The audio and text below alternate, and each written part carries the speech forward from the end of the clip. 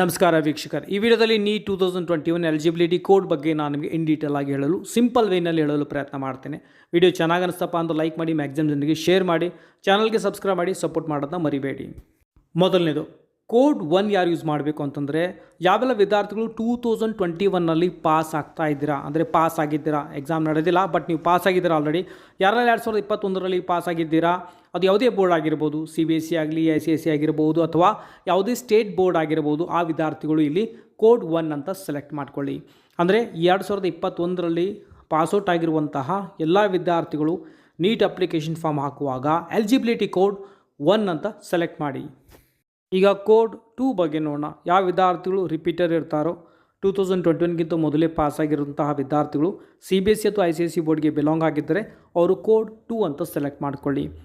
Okay, ಅದು 18ನಲ್ಲಿ pass ಆಗಿರ್ಬೋದು, 19ನಲ್ಲಿ pass ಆಗಿರ್ಬೋದು, 20ಯಲ್ಲಿ ಪಾಸ್ ಆಗಿರ್ಬೋದು. ಒಟ್ಟಲ್ಲಿ ರಿಪೀಟರ್ ಆಗಿದ್ದು CBSE ಅಥವಾ ICSE ಬೋರ್ಡ್ಗೆ ಬಿಲಾಂಗ್ ಆಗಿದ್ದರೆ, ಅಂದರೆ ಅವರು ಕ್ಲಾಸ್ 12ಅಲ್ಲಿ ಪಾಸ್ ಮಾಡಿದರೆ ಅಂಥ ವಿದ್ಯಾರ್ಥಿಗಳು ಕೋಡ್ 2 ಅಂತ ಸೆಲೆಕ್ಟ್ ಮಾಡ್ಕೊಳ್ಳಿ. ಈಗ ನೋಡೋಣ ಕೋಡ್ 3 ಬಗ್ಗೆ. ಸೊ ಯಾವ ವಿದ್ಯಾರ್ಥಿಗಳು ರಿಪೀಟರ್ ಇರ್ತಿರೋ, ಅಂದರೆ 2021ಗಿಂತ ಮೊದಲೇ ಪಾಸ್ ಆಗಿರ್ತಿರೋ, ಮತ್ತು ಕಂಪಲ್ಸರಿ ನಿಮಗೆ ಸ್ಟೇಟ್ ಬೋರ್ಡ್ ಆಗಿರಬೇಕು. ಅಂದರೆ ಅದು ಯಾವುದೇ ಸ್ಟೇಟ್ ಬೋರ್ಡ್ ಆಗಿರ್ಬೋದು, ಕರ್ನಾಟಕ ಸ್ಟೇಟ್ ಬೋರ್ಡ್ ಆಗಿರ್ಬೋದು, ಅಥವಾ ಬೇರೆ ಯಾವುದೇ ಸ್ಟೇಟ್ ಬೋರ್ಡ್ ಆಗಿದ್ದರೂ ಸಹ ಒಂದು ವೇಳೆ CBSE ICSEಗೆ ಬಿಲಾಂಗ್ ಆಗಿರಬಾರ್ದು.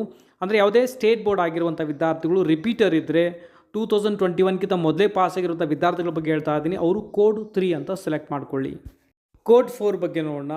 ಸೊ ನೋಡ್ಬೋದು, ಇಲ್ಲಿ ಪ್ರೀ ಮೆಡಿಕಲ್, ಪ್ರೀ ಪ್ರೊಫೆಷ್ನಲ್ ಅಂತ ಇದೆ. ಸೊ ಅಂಥ ಕೋರ್ಸ್ಗಳಂದರೆ ಫಾರ್ ಎಕ್ಸಾಂಪಲ್ ನೀವು ಆಯುರ್ವೇದಿಕ್ ಆಗಿರ್ಬೋದು, ಯುನಾನಿ ಆಗಲಿ, ಅಥವಾ ನೀವು ಫಾರ್ಮಸಿ ರಿಲೇಟೆಡ್ ಈ ರೀತಿ ನೀವು ಯಾವುದೇ ರೀತಿಯ ಕೋರ್ಸನ್ನು ಆಲ್ರೆಡಿ ನೀವು ಡಿಗ್ರಿಲಿ ಮಾಡ್ತಾ ಇದ್ದರೆ, ಸೊ ಅಂಥ ವಿದ್ಯಾರ್ಥಿಗಳು ಇಲ್ಲಿ ಕೋಡ್ 4ನ ಸೆಲೆಕ್ಟ್ ಮಾಡಿಕೊಂಡು ನೀಟ್ ಎಕ್ಸಾಮ್ಗೆ ಇಲ್ಲಿ ಎಲಿಜಿಬಲ್ ಆಗ್ತೀರ. ಅಂದರೆ ನೀವು ಅಪ್ಲಿಕೇಶನ್ ಫಾರ್ಮ್ ಹಾಕುವಾಗ ಕೋಡ್ 4 ಅಂತ ಸೆಲೆಕ್ಟ್ ಮಾಡ್ಕೊಳ್ಳಿ.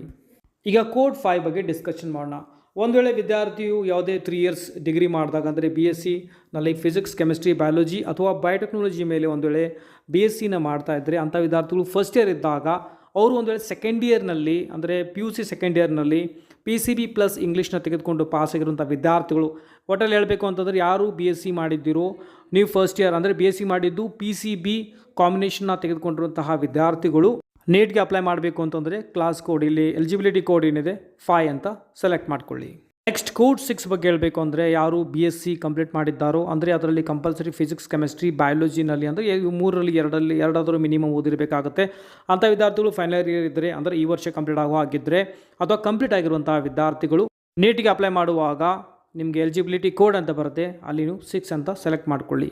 ಕೊನೆಗೆ ನೋಡ್ಬೋದು, ಇಲ್ಲಿ ಕೋಡ್ 7 ಅಂತ ಇದೆ. ಇದು ಆ್ಯಕ್ಚುಲಿ ಫಾರಿನ್ ಸ್ಟೂಡೆಂಟ್ಸ್ಗಳಿಗಿರುತ್ತೆ. ಯಾರು 10+12 ಈ ಒಂದು ಫಾರ್ಮೆಟಲ್ಲಿ ಸ್ಟಡಿ ಮಾಡಿರ್ತಾರೋ, ಅಂದರೆ ಕ್ಲಾಸ್ 10th ಆಮೇಲೆ 12th, ಅಲ್ಲಿ ನಿಮಗೆ 12th ಕಂಪಲ್ಸರಿ PCB ಸ್ಟಡಿ ಮಾಡಬೇಕಾಗುತ್ತೆ. ಫಿಸಿಕ್ಸ್, ಕೆಮಿಸ್ಟ್ರಿ, ಬಯಾಲಜಿ ಅಥವಾ ಬಯೋಟೆಕ್ನಾಲಜಿ ಸ್ಟಡಿ ಮಾಡಿರಬೇಕಾಗುತ್ತೆ. ಮತ್ತು ಪ್ರಾಕ್ಟಿಕಲ್ ಟೆಸ್ಟ್ಸ್ ಅದರ ಒಂದಿಗೆ, ಅಂದರೆ ಫಿಸಿಕ್ಸ್, ಕೆಮಿಸ್ಟ್ರಿ ಮತ್ತು ಬಯಾಲಜಿಯಲ್ಲಿ ಪ್ರಾಕ್ಟಿಕಲ್ ರಿಲೇಟೆಡ್ನು ಸಹ ಅವ್ರು ಕಲ್ತಿರಬೇಕಾಗುತ್ತೆ. ಎಸ್ಪೆಷಲಿ ಇದು ಫಾರಿನರ್ ಸ್ಟೂಡೆಂಟ್ಸ್ಗಳಿಗೆ ಅಪ್ಲೈ ಆಗುತ್ತೆ ಅಂದ್ಕೊಳ್ಳಿ. ಸ್ವಂತ ವಿದ್ಯಾರ್ಥಿಗಳು ಇಲ್ಲಿ ನೀಟ್ಗೆ ಅಪ್ಲೈ ಮಾಡುವಾಗ 7 ಅಂತ ಸೆಲೆಕ್ಟ್ ಮಾಡ್ಕೊಳ್ಳಿ. ಸೊ ಇದಾಗಿತ್ತು ಇಲ್ಲಿವರೆಗಿನ ಅಪ್ಡೇಟ್. ಸೊ ಇದೇ ರೀತಿ ನಾನು ನಿಮಗೆ ನೀಟ್ ಬಗ್ಗೆ ಆಗಲಿ, KCET ಆಗಲಿ, JEE ಮತ್ತು ನಾಟಾ ಬಗ್ಗೆ ನಿಮಗೆ ಇನ್ಫಾರ್ಮೇಷನ್ನ ಕೊಡ್ತಾ ಇರ್ತೇನೆ. ಆಮೇಲೆ ಕ್ಲಾಸ್ 11th and 12th ಬಗ್ಗೆಯೂ ಸಹ ನಿಮಗೆ ಭಾಳಷ್ಟು ಇನ್ಫಾರ್ಮೇಷನ್ ಸಿಗ್ತಿರುತ್ತೆ. ಸೊ ಚಾನಲ್ಗೆ ಸಬ್ಸ್ಕ್ರೈಬ್ ಮಾಡಿ ಸಪೋರ್ಟ್ ಮಾಡ್ಬೋದು. ಚೆನ್ನಾಗಿ ಅನಿಸಿದ್ರೆ ಲೈಕ್ ಮಾಡಿ ಮತ್ತು ಮ್ಯಾಕ್ಸಿಮಮ್ ಜನರಿಗೆ ಶೇರ್ ಮಾಡಿ. ಇದೇ ರೀತಿ ಅಪ್ಡೇಟ್ ನಾನು ನೀಡೋದು ಪ್ರಯತ್ನ ಮಾಡ್ತೀನಿ. ಮತ್ತೆ ಸಿಗೋಣ ಮುಂದಿನ ವಿಡಿಯೋದಲ್ಲಿ. ಟೇಕ್ ಕೇರ್, ಬಾಯ್.